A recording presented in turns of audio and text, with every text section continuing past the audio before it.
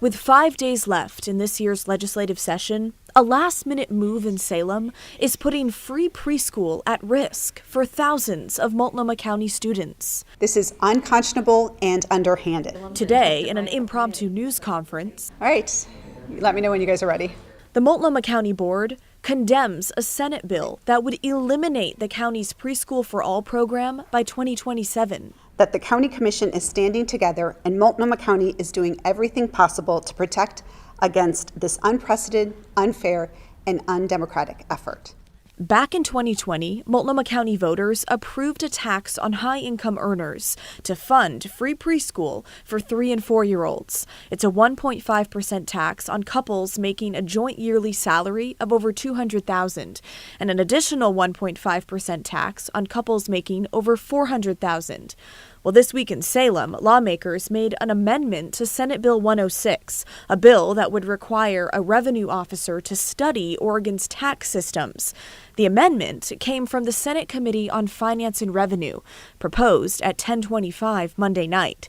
It reads, "A county cannot impose an income tax where the proceeds are to be used for providing preschool or early childhood learning services that are not in alignment with state standards." It goes on to say this only applies to counties with at least 700,000 people. There's only one of those in Oregon, Multnomah County. Completely undemocratic and unfair, and really it is like nothing that I've ever seen before come out of the legislature. And so this is not a good move by the legislature to overturn the will of the voters in Multnomah County, but also the support that this program has. One member of the Senate Committee on Finance and Revenue responded to our interview request.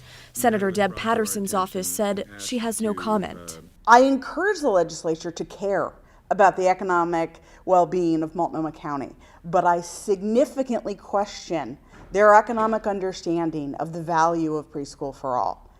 Now, this comes nearly 2 weeks after Governor Tina Kotek sent this letter to Chair Jessica Vega Peterson, warning that the Preschool for All program was on a, quote, unsustainable trend, pushing high-income earners out of the county.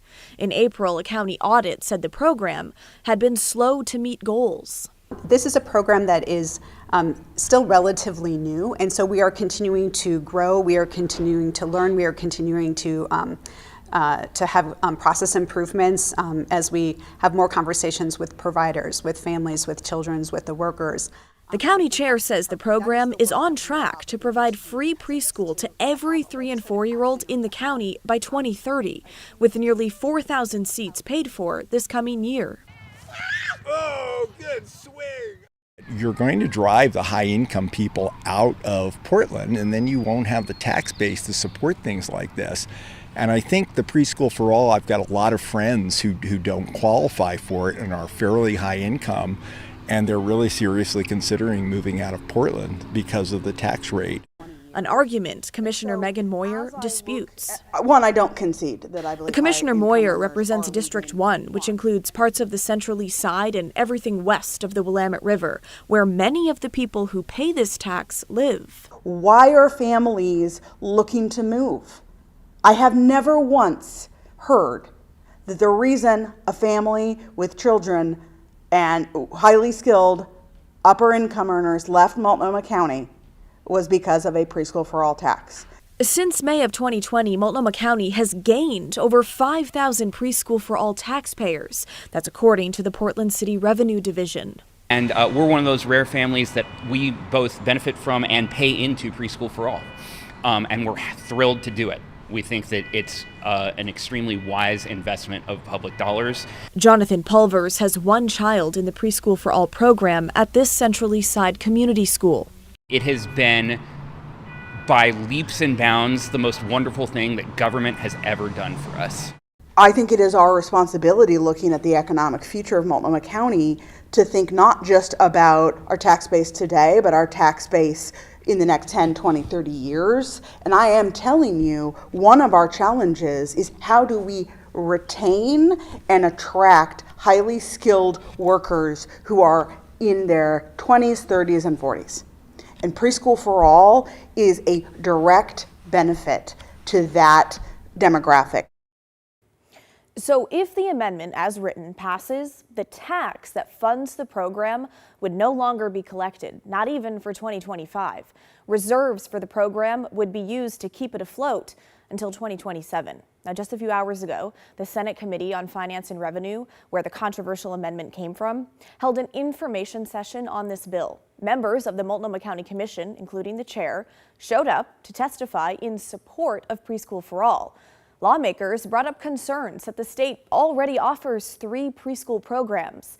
The state programs are only available to lower-income families, and while that is a goal of Preschool for All, earlier this year, Chair Vega Peterson rebuked a call from the county auditor who suggested the program verify a family's income and documentation. The chair said that could create undue barriers.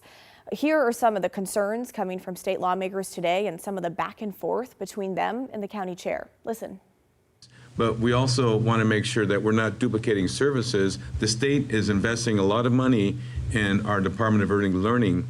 And if we are duplicating those monies and those monies are being wasted in certain communities, we may have to make different decisions. They're concerned about what the impact this is having on the economy. But I did not hear anybody say anywhere, the governor's office or anybody saying anybody in the legislature. I don't think anybody is interested in making it so there aren't slots available. I mean, I've not been informed of anybody wanting that to be the outcome. And I certainly don't want to see anything happen to any of the slots. The question is, can we maintain the slots maybe in a way that's more economically responsible? I mean, using tax dollars in a more fiscally responsible way. It's been discussed that you probably have approximately $480 million in reserves that have come into this account. My question is, if we want to really help other communities and all Oregonians access preschool, are you willing to give up your share of those dollars that are being unutilized? I think, Chair Meek, thank you for the question. I would say that only if Multnomah County voters and Multnomah County taxpayers would no longer have to pay into that state system that are supporting those state seats. The issue is that, but I have a little bit of heartburn with the program you're invoking now, is that there's no means testing. We are doing our best to make sure that those that need it the most, those that are not, that can't afford it, have the access available. And so those are some of the criticisms that I have. The governor telling us tonight that she is aware that lawmakers are frustrated by Multnomah County's lack of urgency to address issues related to the program and understands that legislative action is under consideration. So, what do you think about this proposal to end Preschool for All and the tax that funds it? Should the program and tax stick around? Why or why not? Email us at thestory@kgw.com or call and leave a voicemail 503-226-5090.